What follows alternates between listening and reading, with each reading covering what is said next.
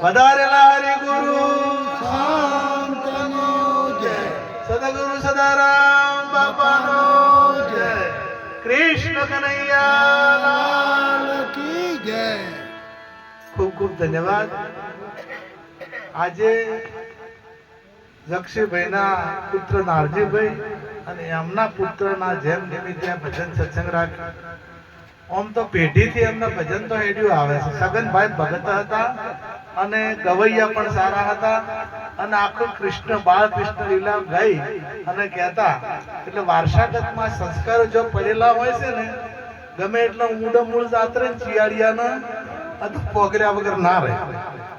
એમ ભક્તિ પણ પોગર્યા વગર રહે નહીં. એટલે ખૂબ ખૂબ ધન્યવાદ એમના પરિવારને. આપણે તાળીઓથી વધાવો એક વખત એમને કે આજે એમની સંતોની વધામણી કરી. પરમ પૂજ્ય પરમ આદરણીય એવા કોઈટા નિવાસી અજમલદાસજી મહારાજ તથા કપિલાબા મહારાજ તથા વેરશીરામ મહારાજ, ચમનરામ મહારાજ અને ગણેશરામ મહારાજ, બાબુરામ મહારાજ તથા માચમરામ મહારાજ તથા આજુબાજુથી પધારેલા તમામ ભક્તગણ, વિશેષ ભૂલી જાય પહેલું કહી દઉં, આજે તારીખ જે 20 તારીખ કીધી ભજને આ ભગત મફાથી હજુર છે અને આનાથી વધારે તો હોરાવડા. કદાચ ભૂલ થાય 2-3 મફાથી છે કે બાપા નો યાદ ના હોય તો, અને આહાડ વાટી આસર નો બરાબર, અને પેલી ધોઈન વાટીથી ને આવરાય. એટલે હમણાં અહીંયા 20 તારીખના ભજન. વિશેષ તો સંત મહાપુરુષોના શબ્દો આપણા જીવનમાં ઉતરવા જોઈએ. એટલે એ શબ્દો જીવનમાં ઉતરશે તો જ બેડો પાર થશે. પાઈ જિંદગી કરી ના બંદગી, ખેલ કર્યા ઠગ બાજીઓ કા, સત સાહેબ કા રંગ ચડ્યા નહીં, સંગ કર્યા નર પાજીઓ કા, મોહ મદ में मगरूर फिरा, तन ताकता नर ताजियों का, ब्रह्मानंद कहे खबरदार बंदा, वो गुनेगार है जुतियों जाजियों का. જેટલો મોટો ઠપકો આપ્યો છે કે જે ભજન નહીં કરતો, જે ભક્તિ વિનાનો છે, એ જૂત ખાવાના લાયક છે. આવું કીધું કે જમનો જૂત એને ખાવા પડે છે. ઢોર ગળતા મનુષ્ય ગળ્યો, ભૂલ્યો સિંહ ને પૂંછ, તુલસી હરી કી ભક્તિ વિના, ધીક દાઢી ધીક મૂસ. ભક્તિ કરે ને ધન્ય છે, ધન્ય એ જનની એ જાયો, વૈકુંઠમાં એના વધામણા અવતારેણે સુતાર્યો.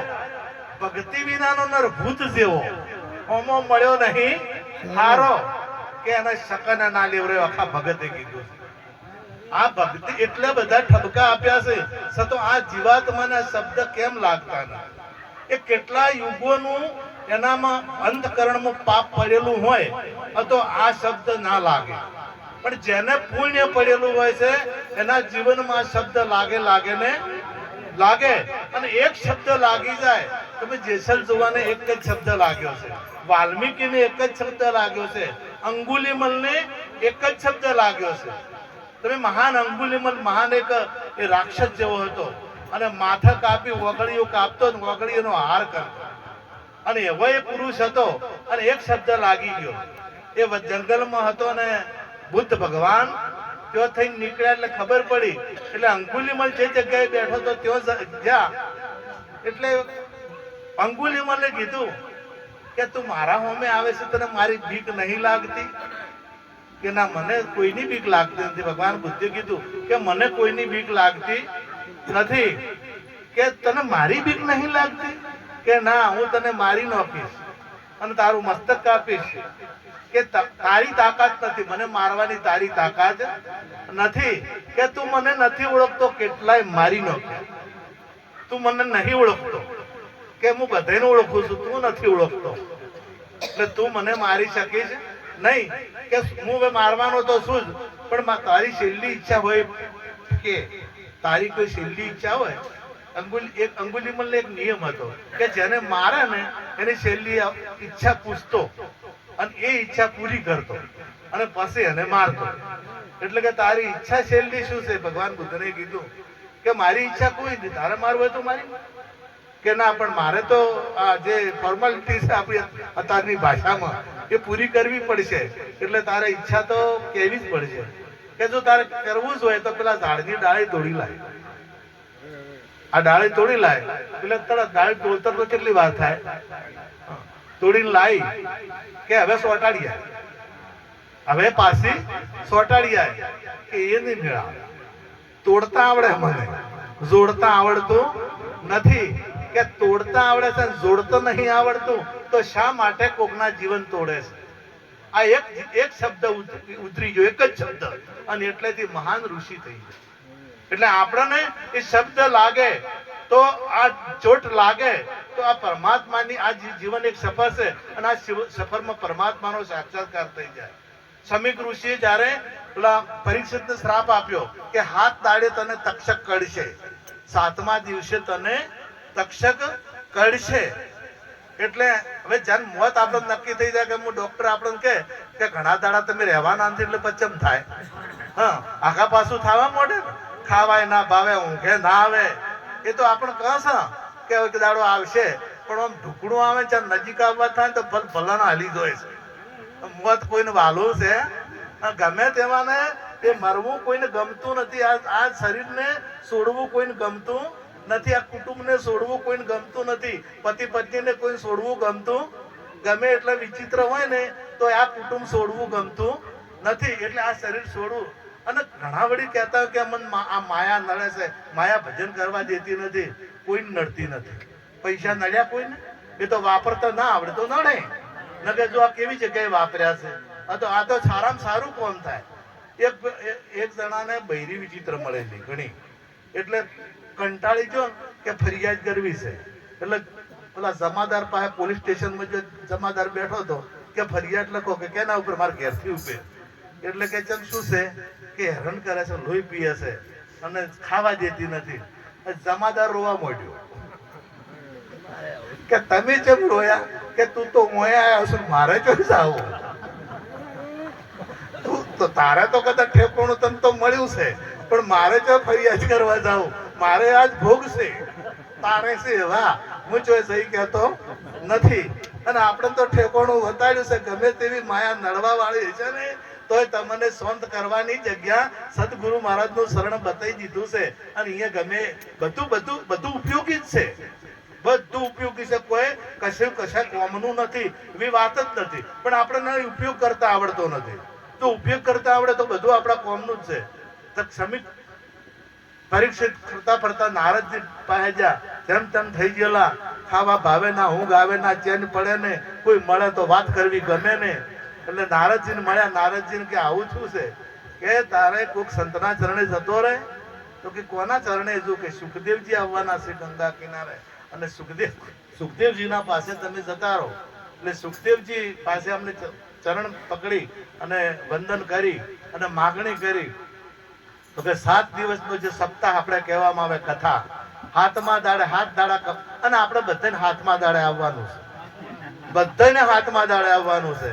હાથ વાર છે અને હાથ વારમાંથી એક દાડો આ તક્ષક કડવાનો ને કડવાનો. તક્ષક એટલે કાળ. તક્ષક નો અર્થ થાય કાળ. અને હાથમાં દાડે આ છોડવાનો નથી. એટલે 7 દાડા પૂરા થયા. 7 દાડા પૂરા થયા તક્ષક આવ્યો. એટલે પરીક્ષિતે કીધું, કારણ કે જ્ઞાન થયું, પરીક્ષિતે કીધું કે મને કહી, તું મને કહી, મારું હોય અહીંયા નહીં, મારું હોય અહીંયા નહીં. આ ઓગળી મારી છે, હું નથી. આ પગ મારો છે, હું નથી. આ જીભ મારી છે, હું નથી. આ શરીર ટૂંકમાં મારું છે, હું નથી. તક્ષક કઈ જગ્યાએ કરડે? બોલો. કદાચ કરડે તો શરીરને કે હું શરીરથી પર છું અને તું જો મારું હોય અહીંયા કઈ. એને મૃત્યુનો ભય હતો, એ મટી ગયો. મરણા સબ કોઈ કહે મરણા ન જાણે, કોઈ એક વાર જો મરણા જાણે તો ફિરસે મરણા ના હોય.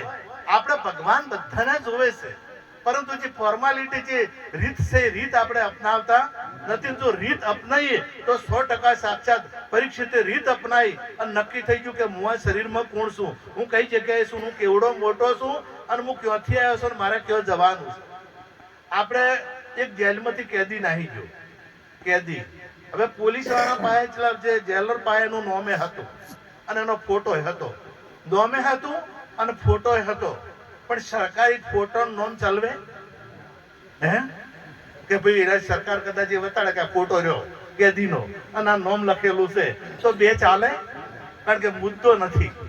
એટલે જગત શું છે, ભગવાનનો ફોટો રાખે છે અને નોમે રાખે, પરંતુ મુદ્દો હાથમાં આવ્યો નથી. આપણે હાવ હાદી વાત, હાવ હાદી. કોઈ આપણે કદાચ કોઈને લગ્ન કરવાના હોય, લગ્ન અને હારા મારી હિરોઈન નો ફોટો લઈને આવી ગયો કે લેવાના ફેરા ફરી પરા તો એ રે ફરે હે? ફેરો ફોટો ફોટાની ભેસ ના ચાલે. ફોટાની હા કદાચ ઓળખાવા માટે બરાબર છે કે હગઈ કરવાની હોય કે આ ફોટા વાળી છે એને આપણે હગઈ કરવાની છે. તો ભગવાનનો ફોટો પણ આપણા પાસે છે અને ભગવાનનું નામ પણ આપણા પાસે છે, પણ ભગવાન છે કે નથી એ પોતાને વિચારવાનો, બીજા કોઈને વિચારવાનું છે નહીં. અને એ જો આપણને સાક્ષાત જે મુદ્દો છે એ જો આપણને મળી ગયો તો પછી બીજું કોઈ કરવાનું રહેતું નથી. અને પછી જન્મ મરણનો ભય રહેતો તમને ઓળખી જો ટૂંકમાં પરીક્ષિત પોતાની ઓળખાણ થઈ ગઈ, આ શરીરે હું નથી હું નક્કી થઈ ગયું, એટલે એને પછી એને કોઈ મરવાનો ભય રહ્યો નહીં. અને એ મરવાનો ભય મટાડવો હોય તો આત્મજ્ઞાન જરૂર છે. આત્માને ઓળખ્યા વિના લક્ષ 84 નહીં મટે, બ્રહ્મણાન ભાગ્યા વિના ભવના ફેરા નહીં મટે. હવે આટલું કહી મારી વાણી વિરામ આપું. સદગુરુ મહારાજનો